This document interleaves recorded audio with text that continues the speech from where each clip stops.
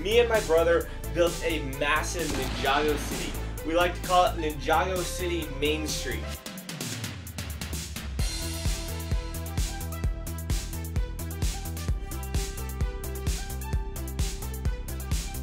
Let's go to the characters right now. So the first character here is Vinny. The next person is Gale Gossip, the mechanic. Fugitive, a Sons of Garmadon thug. Little Kid Unagami, Mistake, Little Nelson, Antonia. We have the Commissioner, Nia in a police disguise, Dareth, Fritz Donegan, Pigman Brothers. Here we created them in Lego. Racer 7, Dr. Saunders, 3 Explorers Club people, Hooded Pythor, Jay as a pizza guy, Lloyd, Harumi, Detective Zane, Luchador Kai, and we have Rocky Danger Buff and Baby Woo. So we'll start over here with the police station. The police station was a ton of fun to build. It has a little alleyway where the kids who do the paper get their paper and they can eat lunch. Over on the corner we have a stoplight and it has a sign to Lord Tower. Check that video out right up here. Then it comes over here, we have a door in the middle and a big nice sign on the outside that says NPD, Ninjago Police Department. So the bottom level of the police station is the lobby and the work area where they figure out what they're going to do for the day.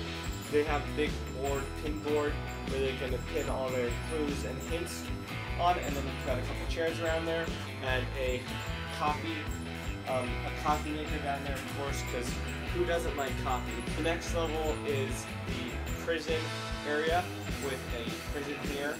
There's a light in the alleyway, and if you turn the light up, the prison door pops out and Fugitive can escape the prison. It's got a bench there and a telephone to talk to the person in the prison. The next level is the commissioner's office, and I had to put a little sailboat that he's painting in season 11. It's a scene where he just keeps painting his little sailboat. And then if we go to the top, we have a little pigeon. On the very top, there is an air conditioning machine, and you can take it off, pop it off. There's a box of cookies and some gold. So that's where Fugitive keeps all of the stuff he's stolen around Ninjago City. So now we're going to move on to this tower right here. This full group of buildings right over here. A lot of color, a lot of detail. So the right room down here is the club where Cole goes and sings, and inside there is a place where he can sing his song and a little jukebox where he can play the music. And then there's a little balcony and some more lights around. The next room down here is the old arcade, kind of the mechanics hideout area, we can call it. It's got an old arcade out front, and then if you go around in the inside, there are a lot of the mechanics arms laying around here, and a couple boxes with a video game controller on top of one. And then we have the Prime Empire game right there, and if you get the hard drive, put it in, then Jay can play his Prime Empire game. The second floor here is Mistake's tea shop. This tea shop was a lot of fun to make. My favorite part is the little doorway. It's not actually made out of door pieces. It's like a curtain into the tea shop. And I used poles and then put little round one by one with holes through them. She's got a couple tea plants sitting out front and around on the inside. She has a huge variety of different teas she can use, and a teacup and a teapot. And then on the wall, there's a Oni and Dragon picture. Over here on the right is the aquarium that this guy right here, Pythor, goes to in season 3. He goes there to get electric eels, and I actually made a tank with electric eels in it and a little swivel thingy where you go in, and Pythor is invisible so he can go in. And then a little tank with some fish. Here on the left is the ninja's old apartment. This is in the first episode of season 2, where they try to get jobs around Ninjago City to pay for an apartment. This is the first one that they check out, their old apartment, and it looks very run down, not super nice. And the next level is the nice apartment. There is a TV that Jake can play, and I made a custom sticker of dragons flying around for that. A little bench, a flower pot, and then it has another room to the side, which is the training area with like some swords and stuff to train. This top level here is a movie theater. On the front, I put a poster of Kai, and my cousin actually helped me build this room right here. We used the other side of that playing card, which is a picture of little Lloyd Garmadon, and we used a disc shooter, and we put in the 10th anniversary Ninjago disc, put that in to look like a DVD player, and then some super nice orange chairs. And then on the top, this is where the monorail connects over here and here, and I put a little pole, radio tower pole sticking up here. And now my brother is going to show you the museum, because he built that. Okay, what's up guys? I'm here to show you some of the things that I built in this city. The first one we're going to talk about is the museum. And when you come inside, you can see the different display areas they have.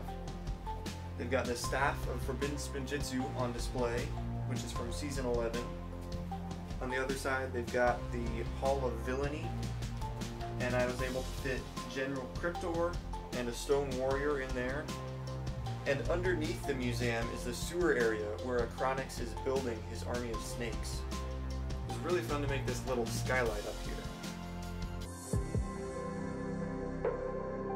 So next up, we're going to be checking out the Imperial Palace.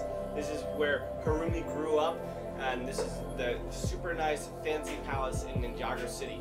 Comes in Season 9, or Season 8, Sons of Garmadon, whatever season that is.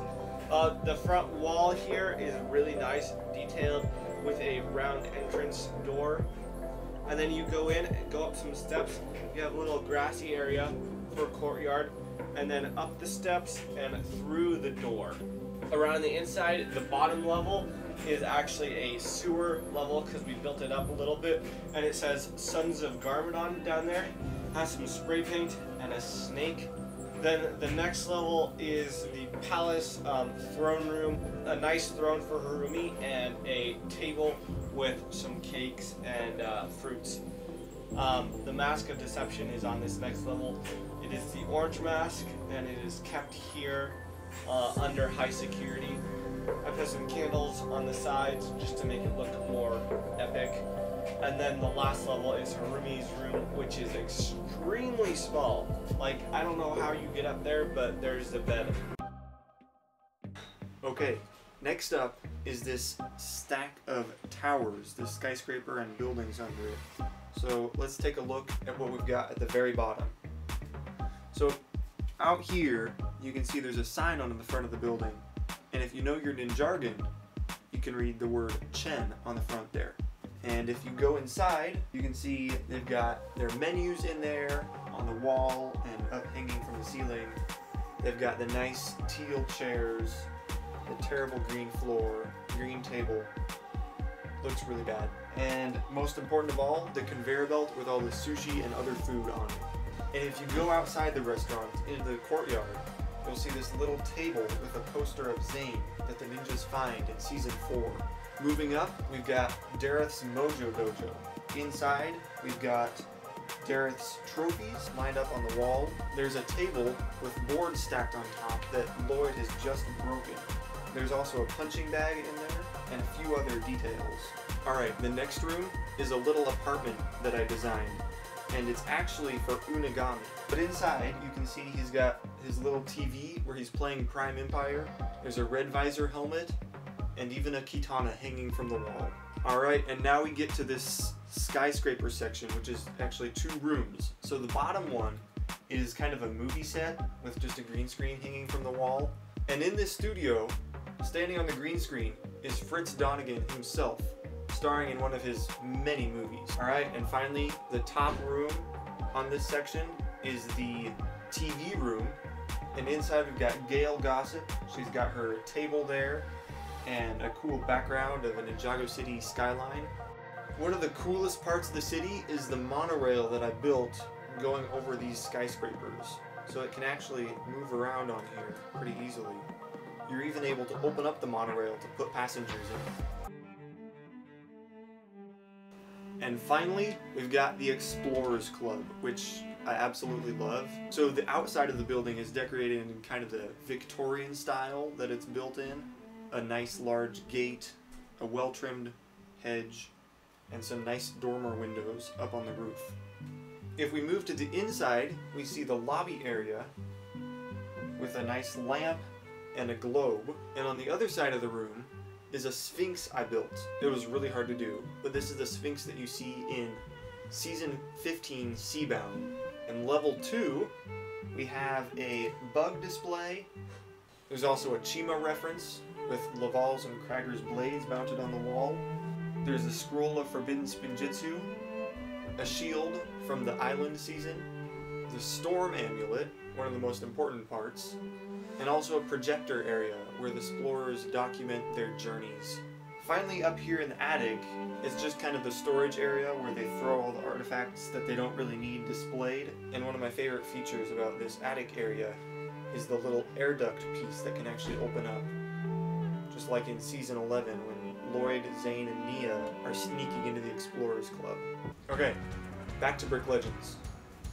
So for the vehicles in this, there is a Sons of Garment on motorcycle, a police car, Jay's little delivery bike where he delivers pizza for his day job, bikes for the paper kids, and there's a helicopter up here, a news helicopter that flies around. There is also Chen's noodle truck, and this truck is really cool, and the back kind of opens up, and you can see some tools and stuff back there. Check here and here. These are two different channels that you can find Brick Legends in, and they're awesome channels, and I totally recommend you check them out. Operation Christian Music and Speedy Foods. Have a good one, guys, and see you in the next video. Bye.